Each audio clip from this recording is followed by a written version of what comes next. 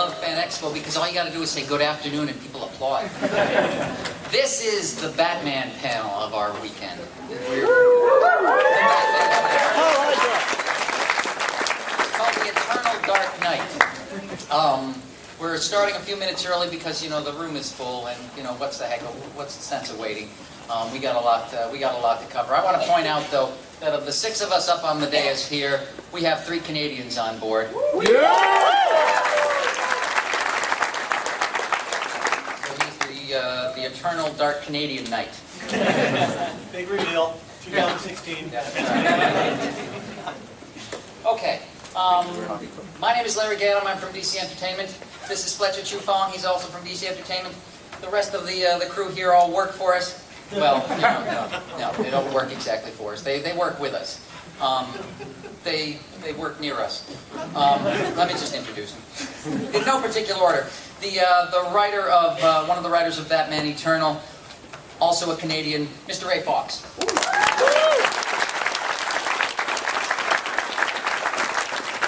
One of the signature artists of Batman Eternal, Mr. J. Fabok.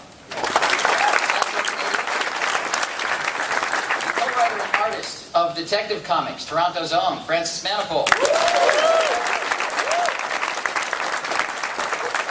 And the writer of Batman Superman, sadly not a Canadian, Mr. Greg Pak.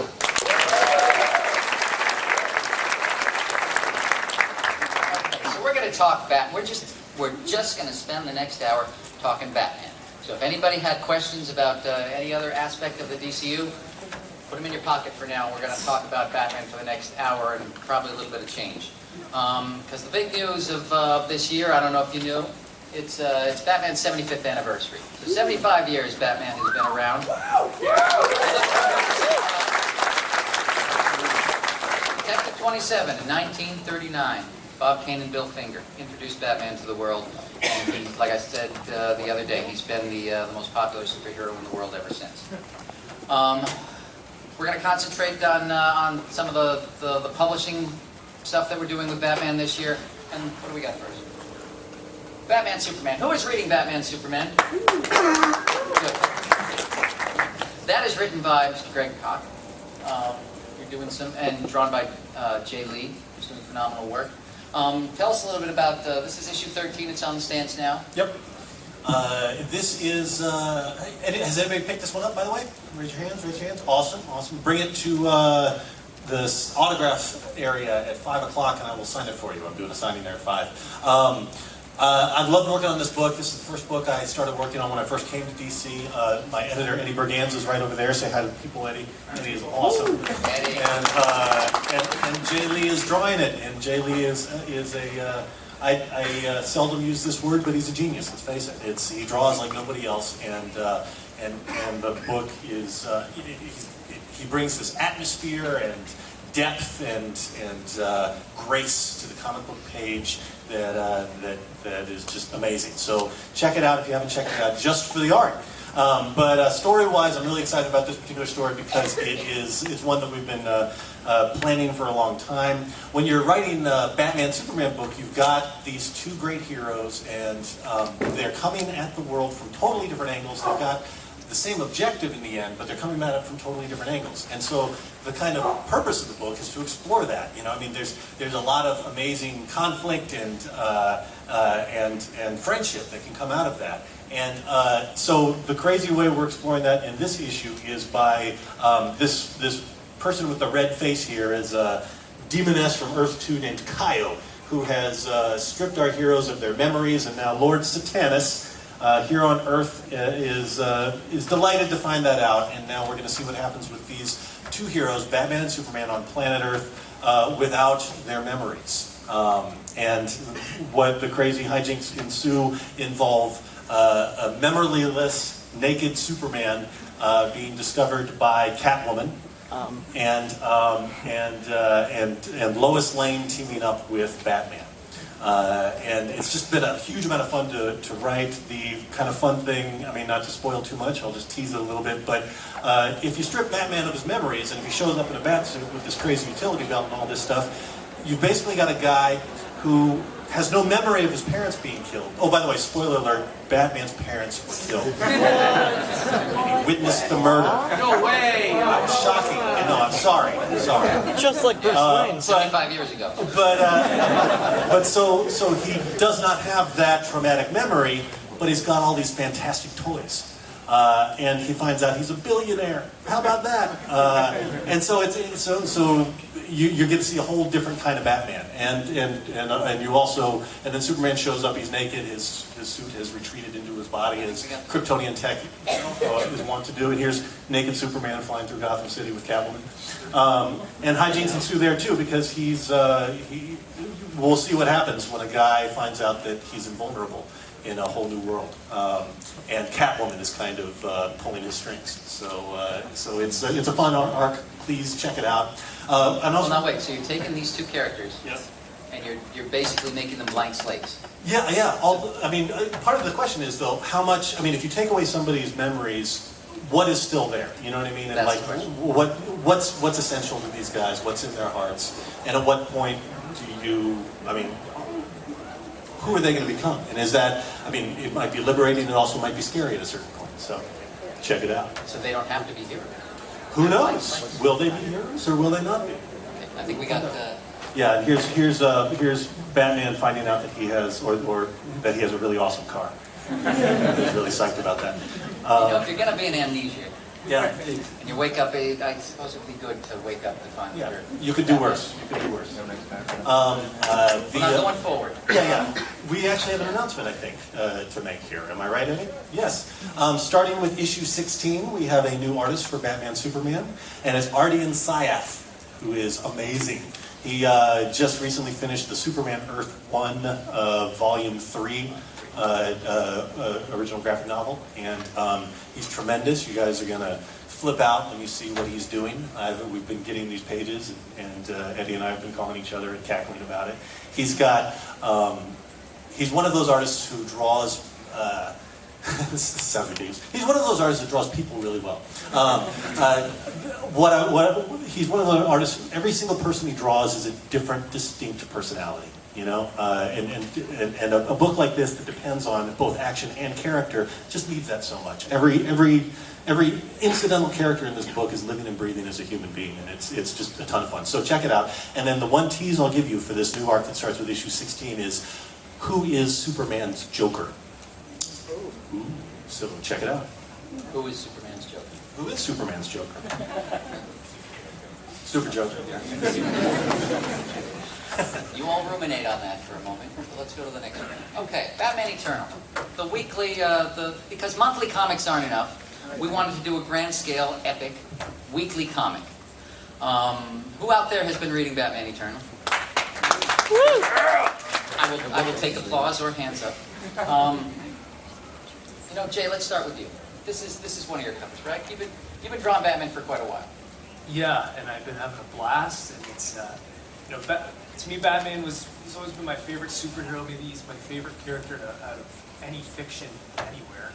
And since a little kid, I wanted to draw Batman, and it's just been a last 4 years have just been a dream come true for me. And I've gotten to draw so many great heroes and villains, and redesign some classic villains. Do we need to apologize to you for the number of different people we make you draw? No, I like it. I love it. I get to add that to my resume. Yes, I checked off. Yeah, I drew the Penguin. I drew this guy. And so yeah, it's been a blast. I've been very thankful for all the support, for what I receive back from the fans. It's just I'm a fan like you guys, and when I'm just working on these characters, I get psyched out when I get these scripts and I get to draw this crazy stuff. It's awesome. The fanboy in me comes out. Also, the past 4 years, between Detective and between Batman Eternal, you've been drawing Batman. And has everybody liked Jay drawing Batman? Has everybody seen it? So you know what? We're going to have him stop drawing Batman. Oh. Because he's having so much fun drawing Batman, we're going to have him stop. So we got a little bit of announcement here as well. This is what Jay's going to be drawing going forward.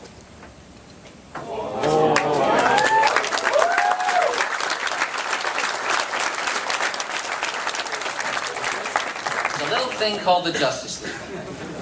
And you know what? His wife Sarah is down here. She's recording the announcement so that she could play it for Jay's mom, who's not here. So you know what? Let's go back. You guys did a good reaction that time, but it's for Jay's mom, so I want to make it a little bigger. So if you could give me just a little more oomph this time, that would be great. Okay, can we do take two? Okay, I appreciate it. Remember, it's for Jay's mom. Okay? All right. So, Jay, you've been drawing Batman for 4 years, but you're going to stop, and your next project will be...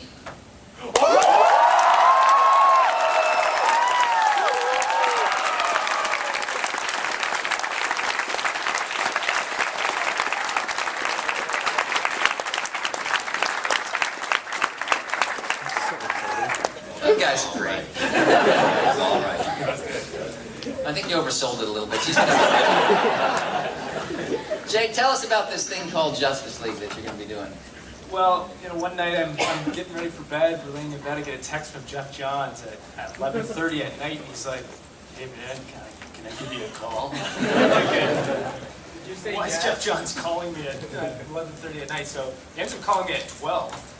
He's in Vancouver, and so the time difference, but I was terrified and excited all at once, and I kept thinking, well, I hope he offers me Justice League, I hope he offers me, and that's what he did, and I don't think I slept all night. We were so excited. The Justice League, to me, is a chance to draw all of the greatest superheroes in one book.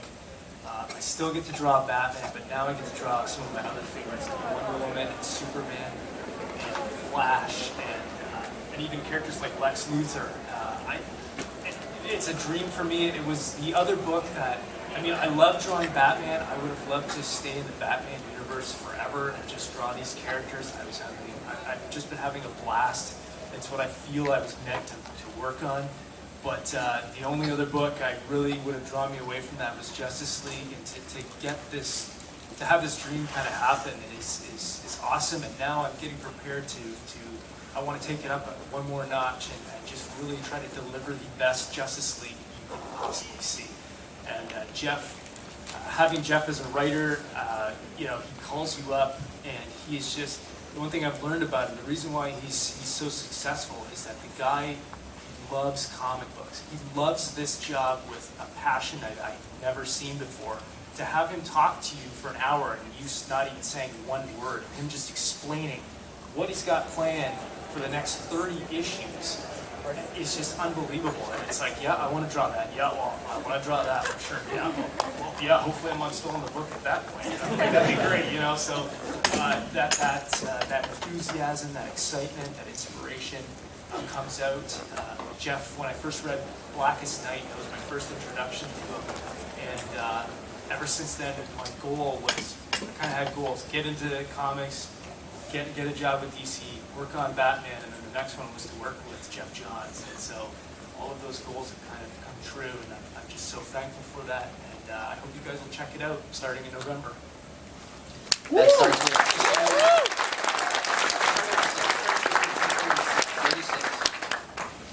what Jay didn't mention is that the fifth goal he had on his list was to win an Oscar. So look for him in a couple of years to win an Oscar. Okay. Do you want to? Well, you know what? I don't want to tease anything, but I do want to go back. I do want everybody to make note of all the characters in the Justice League slide there. Okay. A quick change it. Okay. So, anyways, back to Batman Eternal.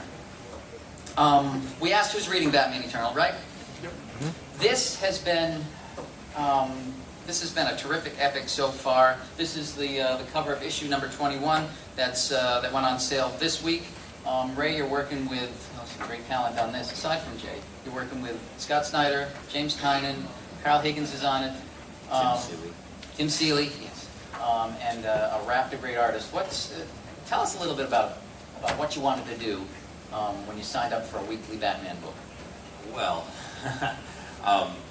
we wanted to create the most insane Batman story of all time, one that would include every single major character in Gotham City and in his world, and would give every single one of those characters their moment. In fact, readers who've been enjoying the book so far can tell and others who can just see this cover can see that this is the first moment in the series where we give Alfred one of his moments, right? Where people get to see that Alfred used to be special services. He's not just an old man in a cave. He's a man who can handle threats as well. And this is something that a lot of Batman's villains don't know, is that all of Batman's friends and family are very capable warriors.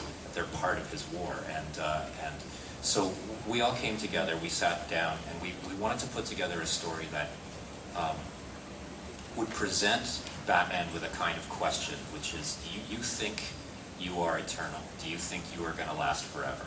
Because here comes something that is going to threaten to stamp out you, your city, all of your friends, and your legacy. It will be as if you were never even there. We're going to destroy everything.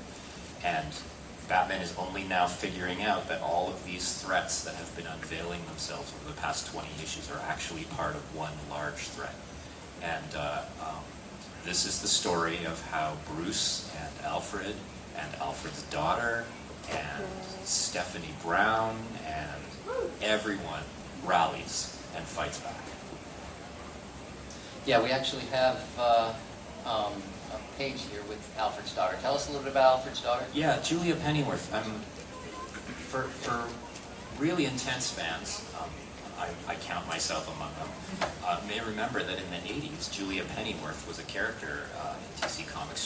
She was introduced as Alfred's daughter, and she was a love interest for Bruce at the time. And when we sat down to the table and we wanted to bring people into play,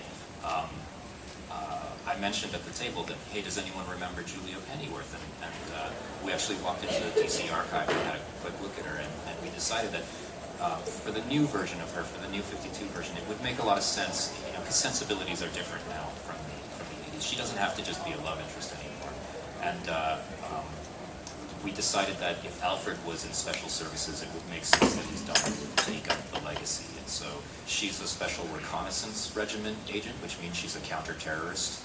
And she gets pulled into the story through her father.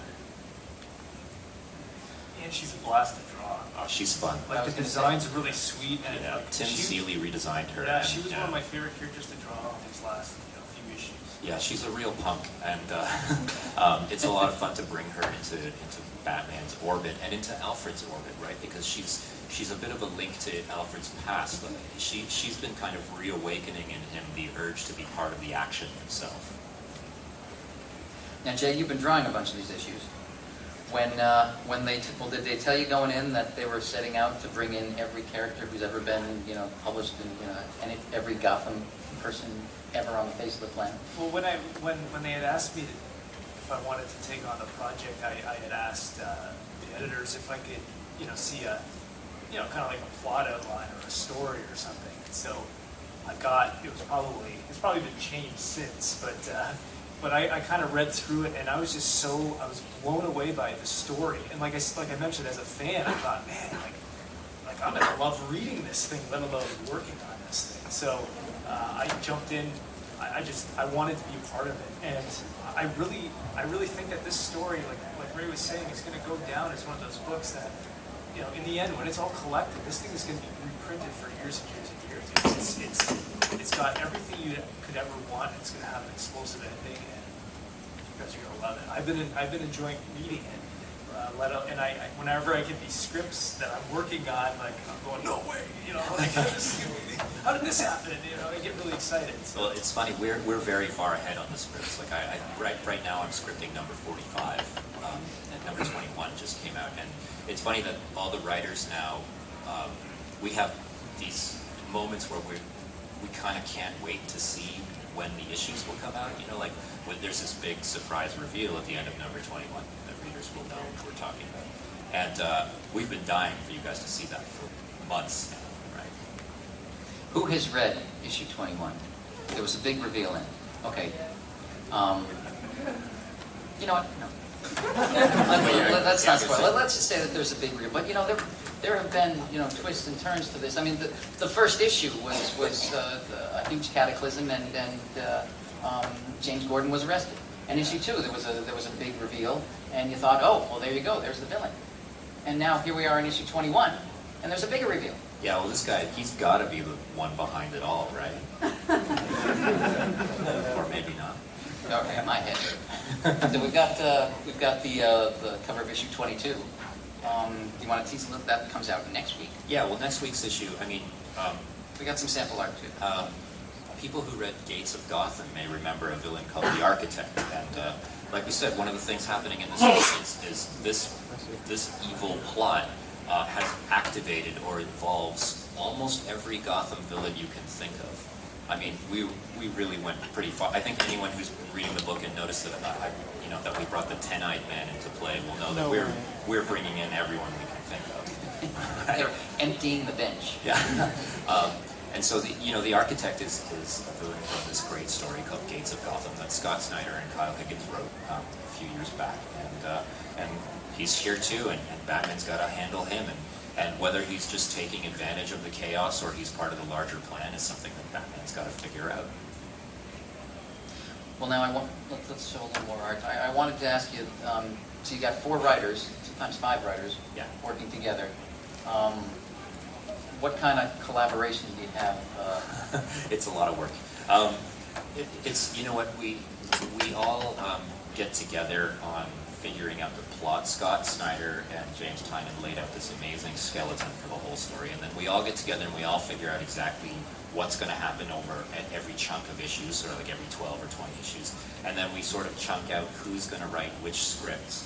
And we'll each take the lead on specific scripts, but then those scripts get passed around back and forth, and everybody weighs in. And if there's a line that, if I feel like another one of the writers has a better handle on one of the characters, I'll ask him, and vice versa. And, it's all very extremely collaborative, and we hope it's also a smooth read. Although you can see our distinctive styles in it, I don't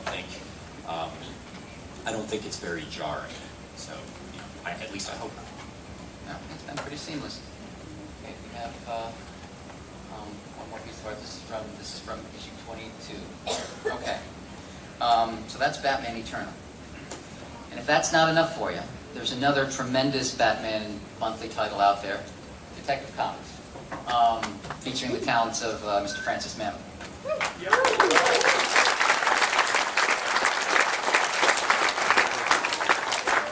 Now, Francis spent the past couple of years doing Flash, which is, a character that's very much out in the sunshine.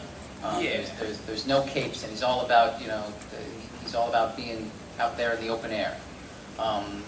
So when you come on and you take on the Batman mantle, how does your mindset change? I just closed all my blinds. No, I mean, I think after the Flash, there were natural books for me to move on to, but I wanted something that was different from what the readers were used to seeing my work in.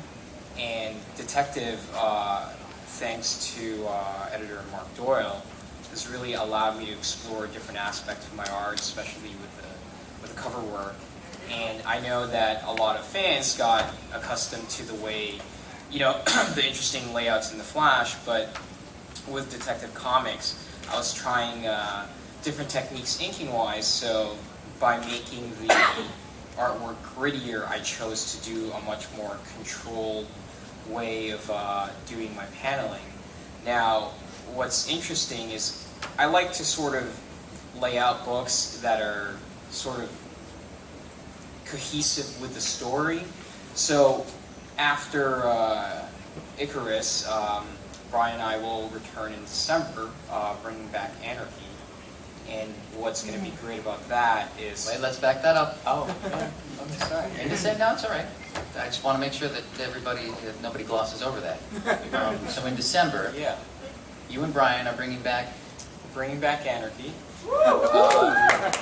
Yeah, I think it's going to be really exciting because I think it's an opportunity to explore different aspects for Batman, and I think it's going to be an opportunity for me to naturally bring in what I brought to the Flash on Detective Comics, with the chaotic, frenetic style of the character, with the covers. I've been doing them in a sort of Russian propaganda style posters, It's kind of neat to be able to explore, and what I'm most excited about is, most of the time, when people think of anarchy, it's hoodies and Molotov cocktails and stuff like that. But what I became really interested in is there's this new subculture called rooftopping. A lot of I guess big photography fans would take these really dangerous looking selfies from ridiculous heights, and I thought what was kind of neat was a lot of them was wearing the V for Vendetta mask, because they don't want to get arrested, right? And so our take on anarchy is something more to that effect, and the thing I'm most looking forward to is the idea of exploring identity. Why does he wear a mask? And one of the things that he does for Gotham is he more or less liberates everybody. He brings up a question of the fact that everybody in Gotham has been affected by the city in some shape or form, and he's giving Gotham an opportunity to choose what they want to be, not what Gotham has dictated them to be. And what's going to be really exciting is even Batman starts to question that, Alfred starts to question where they are, and everybody in the city is going to be given the opportunity to wear a mask and choose who they want to be. So it's far-reaching, right down to the bare bones, the essence of Batman. That's what you're gonna have a question. Absolutely, yeah. I mean, the thing is that when we were talking about the story, if you think about Gotham, I mean, how many fatherless sons and daughters are there, But not all of them are billionaires, right? So a lot of them have been forced down a different path, whereas Batman, he's taking control of his life. That's why he's Batman. But what about everyone else in Gotham City, right? So anarchy's gonna flat out tell him, here's your chance, take your life back. You know what? This is a pretty good look behind the process. We've had 3 writers up here talking about how they approach Batman. It's not, well, how can I get him to fight the Penguin today? They're talking about what happens when you take away, all of his memories. Is he still a hero?